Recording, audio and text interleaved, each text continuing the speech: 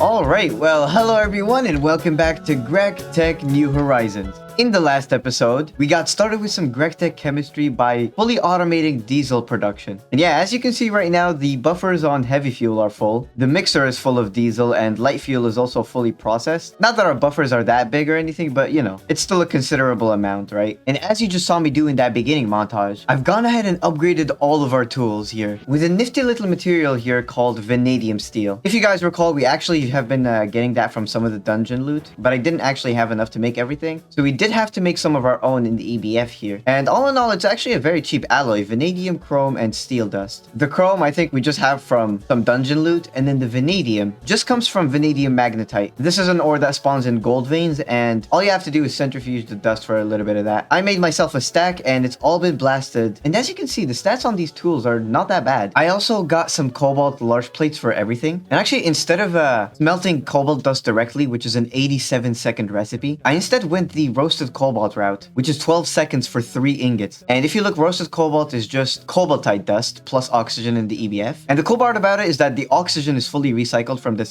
sulfur dioxide and also the carbon dioxide that you get. Ooh, and from this process, we also get a byproduct of arsenic. So yeah, that's also very nice. And then actually for the tool rods material and the tough bindings and stuff, I went with Damascus steel. This is an alloy that we technically can make, but it's also kind of annoying and expensive. So I decided to just buy from the quest book. And I mean, just look at the stats on this guy. It literally quintuples your durability. Is that right? 5x? With the alumite hammer, I would literally have to repair it pretty much after every vein that I mine out. Although I guess it's not like alumite is a problem. I have 400 ingots here, but at least this way I have, what, 50,000 durability that I get to work with? Same thing with like all the other tools. 54,000, 60,000. Oh, and I just noticed we have an extra modifier. I think I'm gonna add a diamond. Yeah, that looks cool, right? Still on the hunt for a modifier that looks cool. Anyways, let's move on to the goal of today's episode. Or at least the first part of it, which is going to be actually setting up the polyethylene line that we didn't get to last time. I still have all of the machines on me, and it actually should be a quite simple integration with this setup. Yeah, we just need to pump this oil into another distillery so that we can make refinery gas out of this. And that'll get us sulfuric gas, which we then have to process in the chemical reactor. We also have to think about recycling the hydrogen sulfide, but also in a way that'll let us reuse this guy. Doesn't seem possible, I don't think. I mean, I guess if I fill up both reactors with hydrogen, once this guy electrolyzes into more hydrogen to recycle, the pipe will only insert into the one that's actually missing, the 2 buckets it used for the recipe. Yeah, that should work. I just have to insert hydrogen sulfide into this pipe and then get my hydrogen out back into the chemical reactor, which I guess can sit over here somehow. But anyways, after we get the refinery gas, we have to severely steam crack it on circuit 3 with a bucket of steam. And wait a minute, is that an HV recipe? Oh no, okay.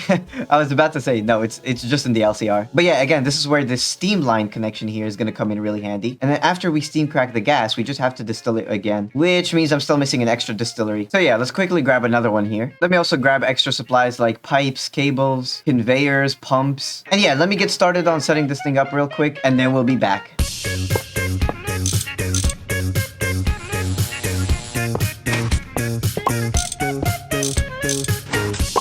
Okay, and welcome back. and say hello to the now expanded spaghetti setup. It's actually not done yet. We're only producing ethylene right now. Oh, and actually for this, I'm gonna need some sort of a drawer for carbon. Let's just output that to the right relative to the machine. Also, we did start having a bit of a power problem, so I did end up adding a second turbine to the battery setup here, but it's still not great, so we might have to take advantage of a little bit of diesel power. Oh yeah, and the reason I'm not finishing the setup right now is because there's a quest that wants me to hold 12 cells of ethylene, so I'm just waiting for that to build up right now, and then I'll actually start making the polyethylene, which has to go into here. Anyways, let's go through the setup. So we start again at our oil input, which goes into this distillery here, and that on circuit 4 gives us sulfuric gas, which goes into this tank to be canned into cells. Those cells go into this chemical reactor that has our hydrogen, and it's on circuit 4. And I will also come back to this hydrogen here. You might notice that I already added some to the system, and this relates to a hydrogen producer that I set up a few seconds ago. Also, hello. Oh no, did the EVF power fail? Okay, yeah, we're not transporting enough steam anymore. Can't believe I'm saying this, but I might actually have to upgrade the potent pipes today. Well, I guess we'll look into that later. Anyways, back to here. So the refinery gas that we get out of this chemical reactor goes into here, gets combined with steam on circuit 3, and if we look, yeah, that gives us the severely steam cracked naphtha. We then also have a pump here to output that, and then the auto output face of this guy goes up into this item pipe, which then puts the empty cells back into the sulfuric gas tank, and then that completes our loop here with our desulfurization step. But yeah, then the steam cracked refinery gas goes into our distillery, getting us ethylene on circuit 3, and then that I'm supposed to be pumping into our chemical reactor, which then has to be combined with a cell of oxygen for the polyethylene. Ooh, and we're almost there with the 12 cells we need. Yeah, literally one more set of this, which just came in. Nice. On circuit 1, it seems we just combined that with oxygen cells. Oh no, okay, we're out of power. Yeah, the batteries are just empty. I'm gonna just grab the ones we have from our main setup. Okay, well anyways, power failing aside, there's our first polyethylene. And it's burning me. Nope. We are going to output that into, I guess, this tank over here. And then we also want some sort of a tank to input oxygen. Obviously, we don't want to be feeding this guy cells manually. So I guess we can have a tank over here, and then we can fill that manually with oxygen. Grab a few item pipes and connect those up. Like so. So now if we auto output, yes, we get a cell in here that fills up with oxygen, and then we can just conveyor that back into the chemical reactor again. We just have to enable input from output side and then do the same thing with the conveyor, and that should be good. I just need to put in, you know, a few more cells, like, so that's good. But yeah, again, our power situation is completely garbage right here. It's not great at all. I might just have to disable the refinery gas distillery until I can figure stuff out. For now, we're gonna have a decent amount of polyethylene, I think. What does the quest call for? It wants 125. Oh, that's not great. Yeah, that's not great at all. Also, this is locked behind oxygen quest. So actually, yeah, that brings me back to this setup over here that you saw me build. I decided for our kind of, but not really permanent hydrogen and oxygen setup, we'll just go with electrolyzing water for now. It is a very power hungry process. 100 seconds at 30 EU per tick for like a bucket of oxygen. It's not great, but right now the other sources of this stuff kind of need some more complicated chains of machines that I don't feel like setting up right now. This is easy and passive, and also Steam is kind of free, so although I'm not going to stick with this long term, this is absolutely horrendous. Anyways, for now, I think I'm going to take a quick break here so I can decide on what to do next, and I'll also be doing these quests over here once I'm back, and hopefully we will also continue on this side of the quest book, and maybe we're gonna get into a little bit of Ender IO, because I also noticed dark steel pipes are just like actually pretty good for fluid transfer. Just a normal pipe is already more than double what our large potent can handle. So yeah, that's definitely something to consider. Anyways, I'll see you guys in just a moment. Alright, so welcome back. It has been actually many hours later. I've been just doing some miscellaneous things like getting more ores, collecting a little more oil, making extra Certus quartz tanks. Nothing too special, but anyways, I did go ahead and unlock the oxygen quest here, and we actually now have enough polyethylene to also complete the other quest. I'm actually going to solidify some of this polyethylene into sheets. Yeah, like so. That should be actually another quest. Oh, but that one wants 2 stacks. Okay, I'll get that later then. The reason I'm doing this is so that I can craft the sheets into a large plastic pipe, and then this with some steel plates can be made into the hermetic casing, and then that we can use to craft the super tanks, which are a little expensive, I will admit. 4 LVs, 1 MV pump, and also pulsating iron. What is that? That's a combination of iron dust, ender pearl, and redstone alloy, which is coal dust, silicon, and redstone. Okay, so it's kind of doable. Anyways, just as a side note here, I have been processing a lot of magnetite over here. As you can see, I have a bunch of stacks. If you guys remember, our polyethylene setup needs a lot of oxygen, and I noticed a recipe that lets us electrolyze our magnetite into 4 buckets of oxygen each for each 7 dust. It's not a bad recipe at all. So yeah, that's what I got going on here, and I've been using that to kind of refill our oxygen supplies. I was even able to turn off the electrolyzer that we have here, so that's not gobbling up power anymore. Anyways, moving on. So let's start working on this pulsating iron. I want to make a stack and a half half, that should be a pretty decent number to get started with, which is going to be half a stack of ender pearls. And I'm quite literally too short. God damn it. Well, I mean, I do have an enderman spawn egg, actually. I don't really remember how I got it, but... Did he not give me any ender pearls? I have looting 3 on the pen. Oh, but wait. We have a quest that lets us buy more spawn eggs. Let's try this again. Okay, well, that first enderman kind of escaped somehow. He's not coming back. Although I think if we make some sort of an enclosure like this, they shouldn't be able to teleport away anymore. Never mind. Okay, they definitely can. And now that guy's gone too. That's not really great, and there's also a cooldown on the Enderman quest, so we'll just make do with what we have already. And I guess in the meanwhile, while this pulsating iron cooks in the EBF, I guess I'll just go make another batch of circuits, which means more resistors and vacuum tubes. But here's the thing, right? Since we have polyethylene now, we can actually invest in the SMD resistors, which is so much better to mass produce. Say I want 1,000, it's literally just half a stack of electrum and a stack of carbon dust. And carbon dust we can just get from electrolyzing dark ashes. And trust me, there's no shortage of that from the blast furnace. Here. The electrum though, that's just a combination of gold and silver, which I actually have plenty of both, so there's not a problem there either. We'll just need to put the polyethylene we have into the assembler, and I'm gonna work on getting us the rest of the materials. Although for the vacuum tubes here, it's gonna be a little more complicated. Currently the recipe we're using is this one, molten red alloy and all this stuff, which outputs 4 at a time. Although if we actually go to the last page here, we have this much better recipe with just molten redstone alloy, and it's also the same one that we need for pulsating iron. So let me make a bunch here, like sure, 6 stacks, that seems fine. It's actually quite cheap. 2 stacks redstone, 2 stacks silicon, and 2 stacks coal. That's not bad at all. But yeah, the other part for this vacuum tube craft is also annealed copper. Not something we have. And that's just done in the arc furnace with copper and oxygen. Okay, that's not bad. We're just missing this graphite cell, which is, I can very easily do that if only we had some more space in the washer chest. Yeah, anyways, I think I'm going to be doing a whole bunch of crafting here. Need to do a bunch of waiting for all the alloys, and then we'll be right back.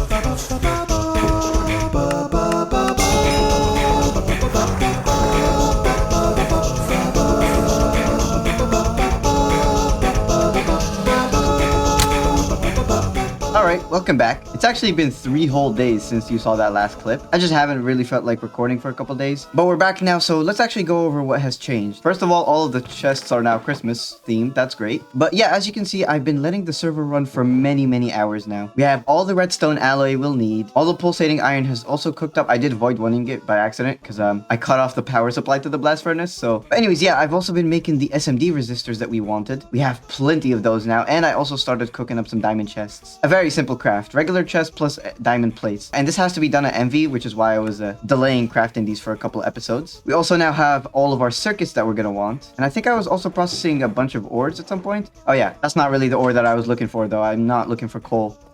Anyways, that doesn't matter right now. We have plenty of resources to do what we want to do. Oh, and yeah, I opened some sort of an LV loot bag at some point, but 16 LV pumps, that's actually a really good reward. Anyways, let's actually move on to crafting our super tanks. Based on the bookmarks, I think that's what I was supposed to be doing. So let's grab our polyethylene sheets, get a couple plastic pipes, and now I'm just missing a few bronze rotors, which we can now get using the fluid extractor. Yeah, this is an MV only recipe, but I have absolutely no idea if I already mentioned that we got the fluid extractor or not, or if I even mentioned that I even filled up the polyethylene tank. I've been doing a lot of oil processing. Yeah, I'm probably gonna miss a couple things, but hopefully they're not too important. Anyways, the bronze rotors we were needing here for our MV pumps, which we can get. And I think with that, there's our super tanks. Yeah. Wait, no, after we get the hermetic casing. Nice, there we go.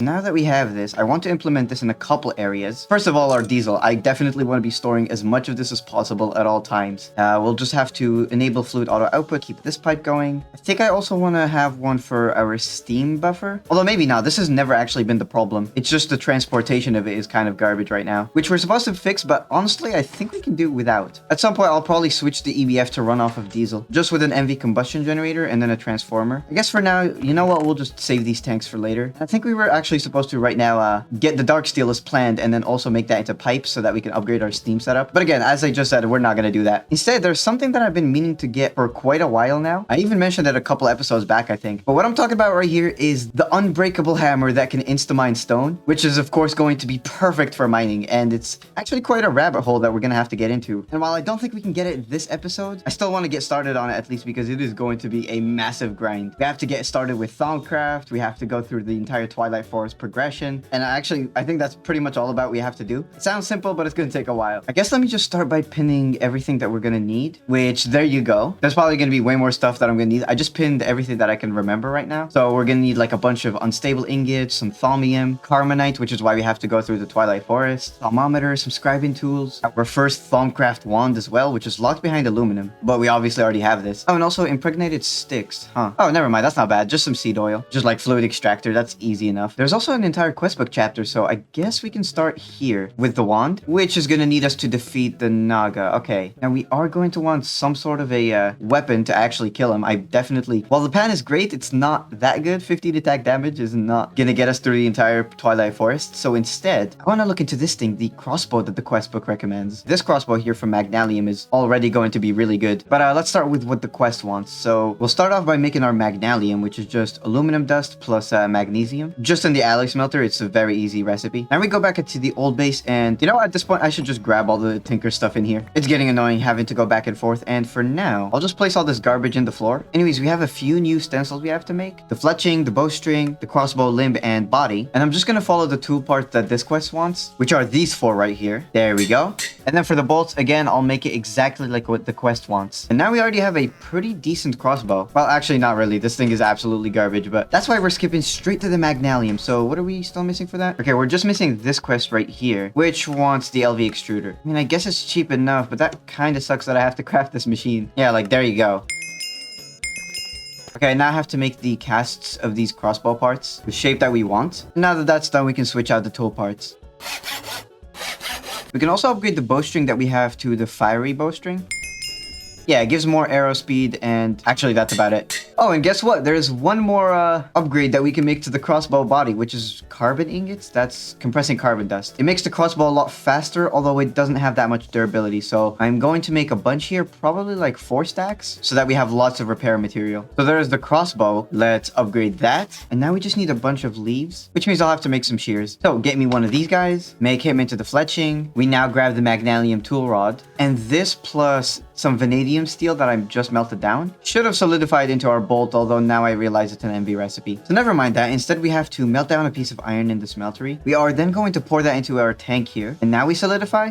Yeah, okay. And yeah, for this recipe, the iron has to be specifically melted down in the smeltery for some reason. Now, while that's happening, let's start something else here real quick. We can go to our chemical reactor with 8 gold blocks and a single apple. Oh, and I forgot I disabled it. There you go. That gets us an enchanted golden apple. I also just remembered we're going to have to compress down a little more gold here. Oh yeah, now we're also going to want some diamond blocks. In the meanwhile, it looks like our Magnalium bolts are done. So yeah, we can upgrade these guys now. All right, now coming back to the diamond blocks. What we can do with this is add a few modifiers to our crossbow. Block of gold plus diamond gives us the first one, and then enchanted golden apple plus block of diamond, I want to say. Yeah, gives us a second. Right now, the most important modifiers we can add are redstone and lapis to the crossbow. This makes it shoot faster, and we of course get some looting on our kills. We can also add modifiers to the bolts as well. Sharpness and mending moss to effectively give you infinite ammo. Although I don't have my mending moss anymore, so you know, I'll just be putting a bunch of sharpness on that. Anyways, we can also now place the bolts in our quiver slot, and this crossbow should be a pretty decent weapon. I just need to keep some magnalium on me to repair the bolts, and then some carbon to repair the crossbow. Alright, well now I think we're ready to actually go to the Twilight Forest and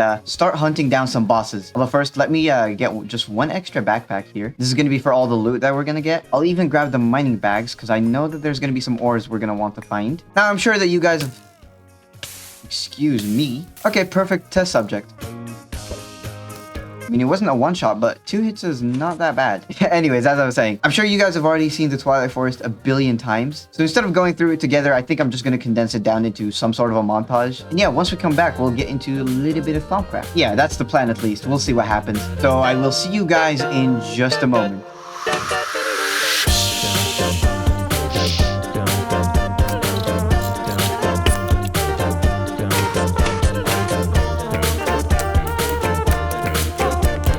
What? How did I find the maze before I find the Naga? Better yet, where the hell did the Naga spawn in this world?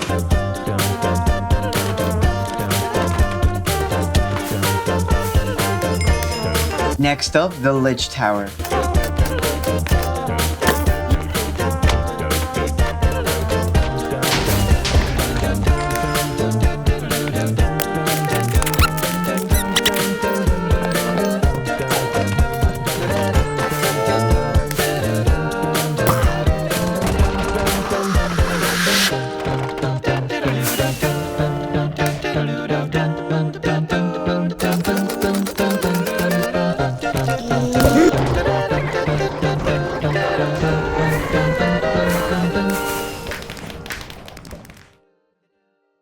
Alright, so welcome back from the montage. And also don't mind me, I've been buying a few diodes here and there. We are up to 32. Anyways, oh my god, that was such a grind. It's been multiple billions of hours later. I finally got through most of the TF progression. And that's honestly all we need, just the Carmonite. Now in total, we did need 14 of these Carmonites, which did mean that I had to kill 2 Ergasts. Oh yeah, and through the progression, I did also get some Lich Bones here, which are needed in Thaumcraft wands. And also some Naga Scales, which of course we're going to use right now to make our first wand here. I got some Fiery Tears, not sure what this is used for, apparently Thaumcraft staffs. Oh yeah, and also here's the rest of the loot that I've been able to grab. We have some Night Metal, some Ironwood. I need to sort through all of this loot, which is going to stay right there until I get to it. Let us go back to the Thaumcraft chapter. And yeah, of course, now we want to get our wand here. Nothing too difficult. Iron Caps is a little annoying, but it's all very doable. I mean, I guess there's the impregnated stick that we haven't seen before, which is just seed oil, and then any type of log. On circuit 2? Oh, yeah, that was fast. Okay, now let me get the rest of this stuff. Okay, so this should be the aluminum screws and the iron caps. And yeah, then we combine everything in the crafting table, like so. There's our wand.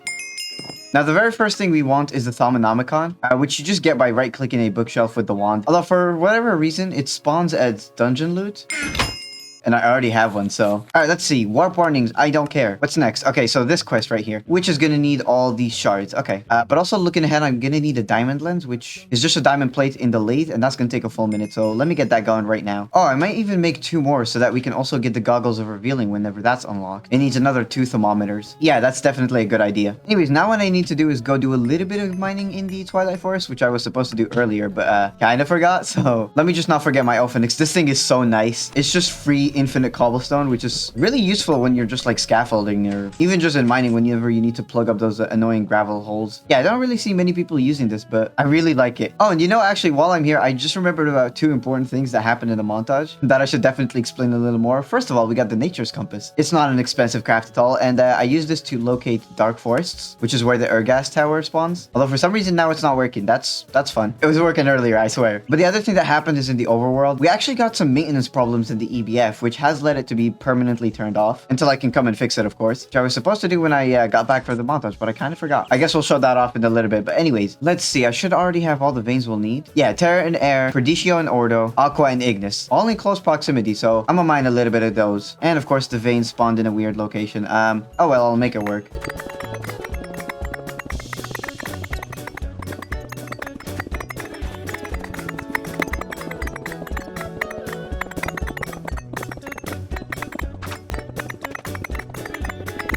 I'm just gonna go ahead and throw all these ores through the forge hammer. It doubles that way, and I don't think we really need to craft the sifters to get the extra shards. We don't need that many of those right now. I'm sure it'll be fine. Alright, now with a few gold casings, we can use that now to make our 3 thermometers. Oh yeah, and also before I forget, let's also deal with the maintenance problems that we have. It looks like just screws are loose, which means we need to come back down to here and then just click it with a screwdriver, like so. And that should be fixed. Yeah, all right, nice. We're back to normal. And basically what we're trying to do now is to just discover as many aspects as possible. We have 0 right now. And we need to do this in a specific order because we need to have discovered some aspects before we can discover the next ones. Looks like there's a quest that tells you everything that you need to scan. Although I do remember about something that, oh yeah, there we go. It actually says it right here in the quest. We can start to scan full chests at once if we just finish 1 research somewhere here. Okay, we just have to complete research expertise, deconstruction table, and then container scanning. That's not that bad. It starts right here. All we need to get started is some paper, a few tables which we were supposed to be making. All right, we want 2 of those. All right, now we need to combine some rubber rounds and glass bottles for glass files. But yeah, now we combine that with feathers and ink sacs to get the scribing tools. We'll make 2 of those.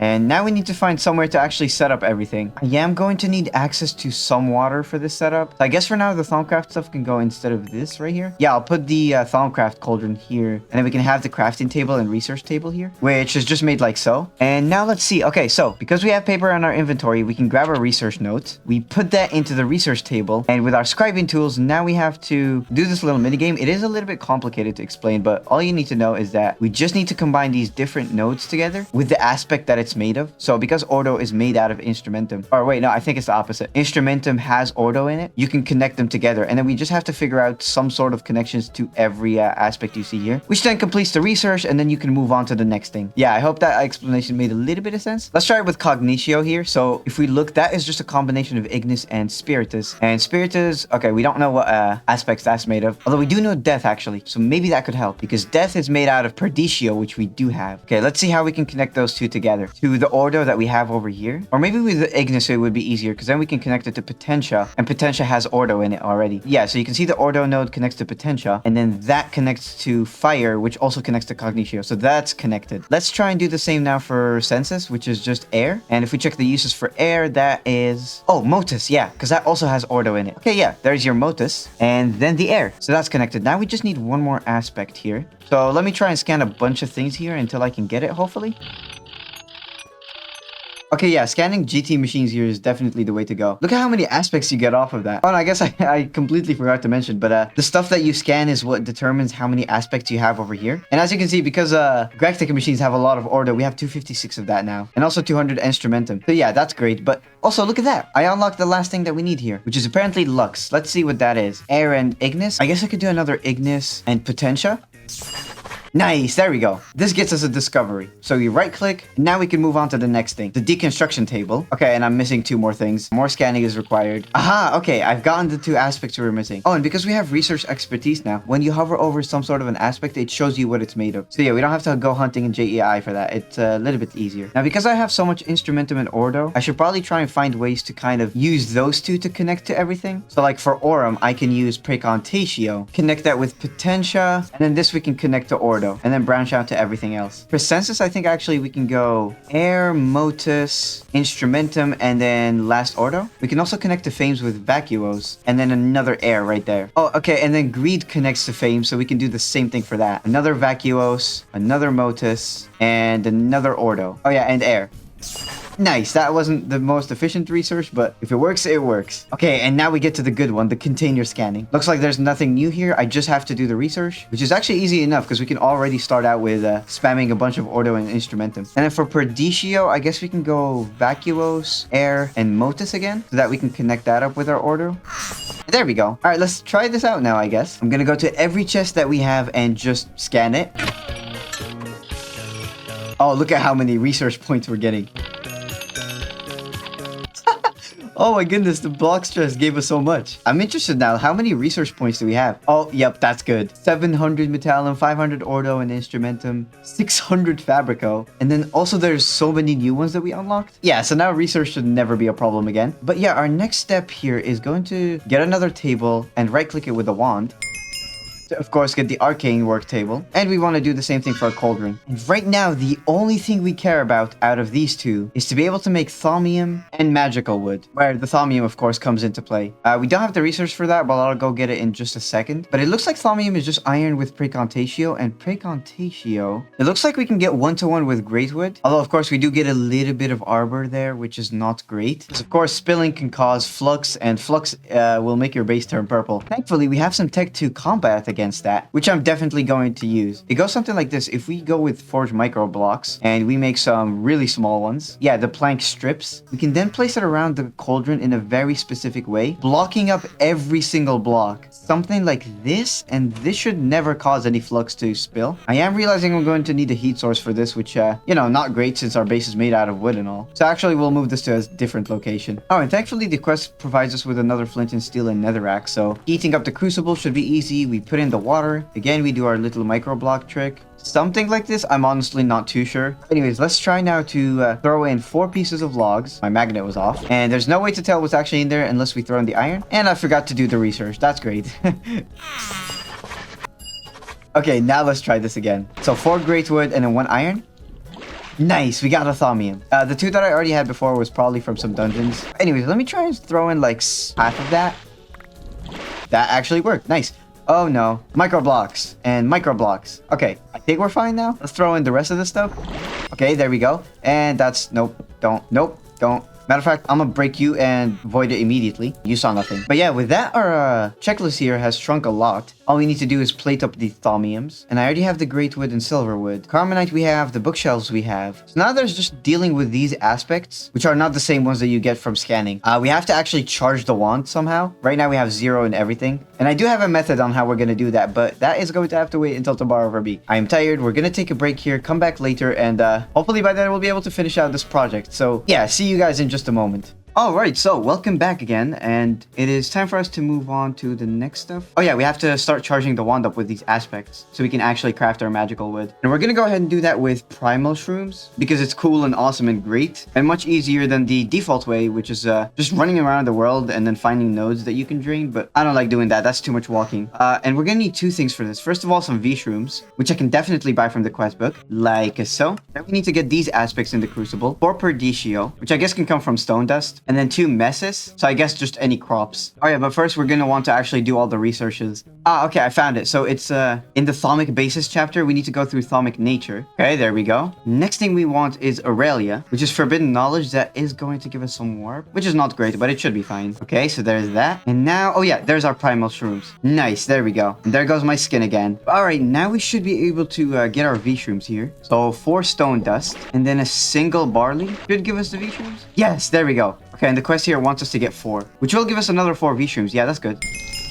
So what we'll do is grab a little bit of our fertilized dirt and craft ourselves a watering can, like so. Should be able to fill this up with some water, something like this maybe? Oh yeah, there we go. And again, temporary setup, we're just gonna place the dirt like right here. And the way that these primal shrooms work is that when you place them down and then you grow them, which as you can see is super quick with the watering can and fertilized dirt combo, we can now hold the wand and break it.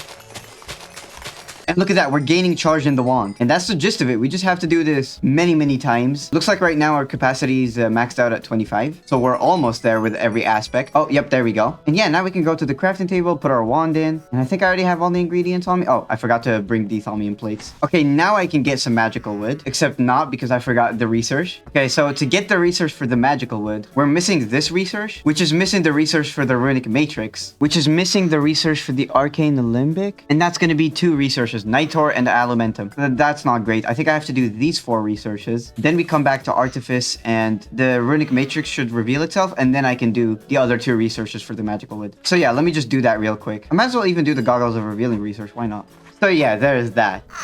All right, now, yeah, okay, we can totally get magical wood. And we've already ran out of V, okay. But I mean, we're 90% of the way there already. I just have to keep refilling the wand, crafting a little more magic wood, and repeat the process a billion times. Well, not really, I only have to do this like 2 more times. But you know, it's a little tedious. Yeah, all right, there we go, there's the last batch. And you know what, actually, we are now done with Thaumcraft. We can move on to actually crafting the hammer. It's actually very simple, really. We're gonna need 27 magical wood, and also 27 unstable ingots, if I had some iron on me, and also, where are my scissors? Oh yeah, right here. And the first thing we're gonna want to make is our hammer tool parts out of magical wood. That's the hammerhead, the 2 large plates, and then the tough tool rod. We'll also grab the same casts and do the exact same thing but in the extruder for unstable ingots. All right, there we go. Now here's the really important part. What we want to do is make a fresh hammer out of magical wood. This has to be fresh. And if you look right off the bat, we get 8 modifiers, which is absolutely crazy. But now we can actually take this a step further. If we replace all the tool parts with the unstable counterparts, we get to keep all 8 modifiers, and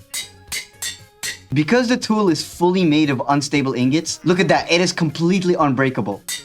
Which is insanely OP, oh my goodness. But wait, we can still take this a step further. Because we know that we can add a couple more modifiers with these garbages, I did go ahead and craft an extra pair, so let's do that. And check it out. We get an unbreakable hammer with 10 modifiers to start out with, which is kind of crazy. We're gonna go ahead and start off with a little bit of lapis. And then for the rest 9 modifiers, we're just gonna go with as much redstone as possible. And now if we test this thing out...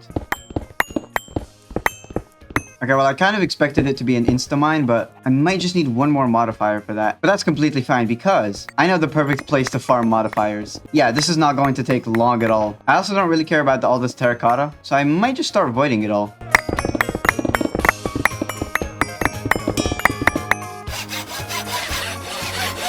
Okay, there we go. Mining speed of 44. Let's try this out now.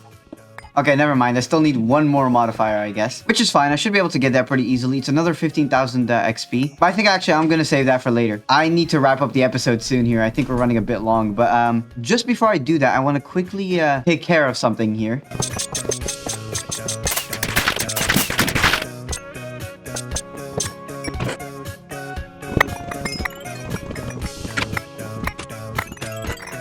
Which is going to be completely rebuilding the LV stuff. Since, you know, we are kind of moving into MV and HV is going to be soon. I need to have more space for that. I need to expand this whole area out and actually build it. Because, yeah, there's not much of a roof or even the walls. So at least now that I've broken the machines, I'm kind of forced to rebuild everything. But that's going to have to be saved until next episode, of course. So thank you guys so much for watching. We'll come back next time to redesign our entire base. And, of course, expand it, which is going to be a lot easier now that we have the hammer. But anyways, for now, though, have a great rest of your day. And my skin still looks incredibly garbage.